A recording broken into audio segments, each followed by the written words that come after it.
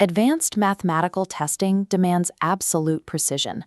Under the pressure of a ticking clock, even highly capable minds default to mechanical reflexes.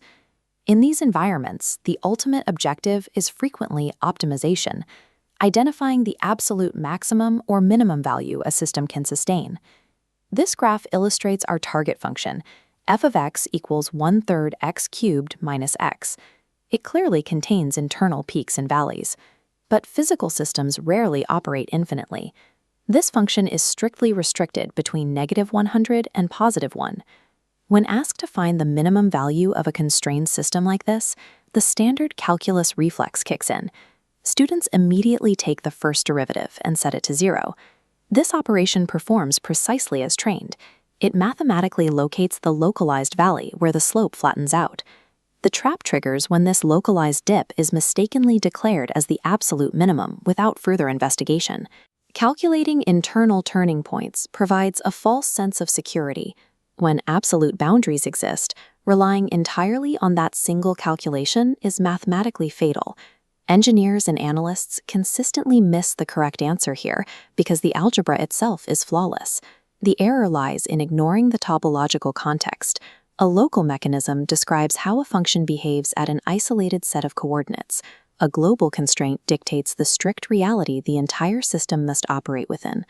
Standard calculus instruction drills the mechanics of solving for a zero derivative so heavily that it eclipses the broader geometry of the curve. True optimization demands mapping the complete directional flow of a system, rather than merely pinpointing the exact moment the rate of change stops. To find the absolute minimum, we must rebuild our workflow from the ground up, beginning with the geometric proof that turning points actually exist. Before we evaluate turning points, we must mathematically prove their presence. This diagram shows a continuous and differentiable curve anchored between points A and B. Under Rolle's theorem, if we establish a condition where the starting point and ending point rest at the exact same vertical elevation, then the geometry of the connecting curve is forced to behave in a highly specific manner. Somewhere between those two anchors, the curve must bend, and where it bends, there will be at least one point where the tangent line runs perfectly parallel to the x-axis. Algebraically, the derivative at this point C equals 0. We define these specific coordinates as extreme points, the internal turning mechanisms of our system. Mean value theorems geometrically prove a turning point exists, but they cannot tell us if that specific point represents a maximum or a minimum. We need a diagnostic map to classify them. With the turning points located, the next step is classification. The traditional method relies on the second derivative test.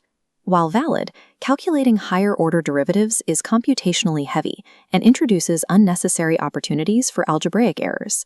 A more efficient approach utilizes the first derivative test to construct a one-dimensional topological map of the system.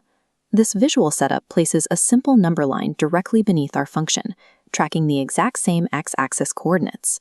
When the curve is rising, its slope is positive. We map that section of the number line with positive signs. When the curve falls, the negative slope generates negative signs below it. The critical data lies at the intersections.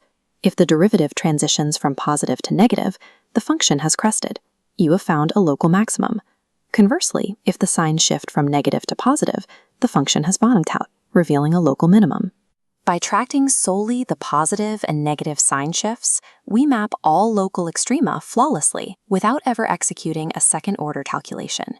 We apply this topographical tool directly to our initial target function, 1/3 x cubed minus x, on the closed interval of -100 to +1. Setting the first derivative to 0 yields the equation x squared minus 1 equals 0, isolating the roots at -1 and +1. We plot these roots on the number line. Testing the surrounding zones reveals a positive slope before -1, a negative slope between the roots, and a positive slope after +1. At x equals 1, the derivative shifts from negative to positive.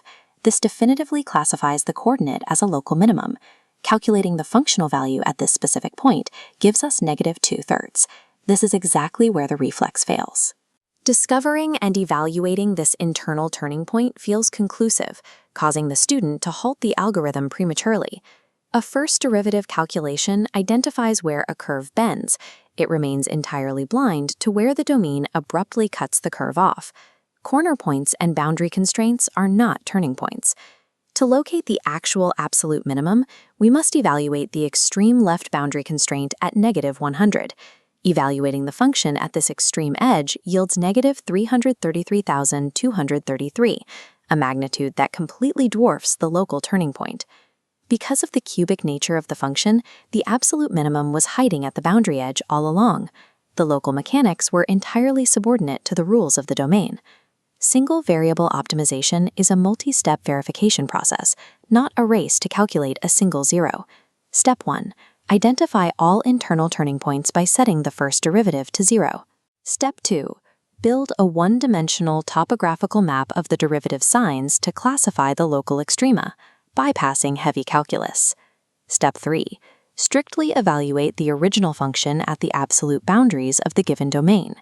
The true absolute maximum or minimum is isolated by directly comparing the localized values generated in Step 2 against the extreme limits checked in Step 3. In mathematical optimization, turning points tell you where the function bends, but the boundaries dictate where the function breaks. Trust the entire map.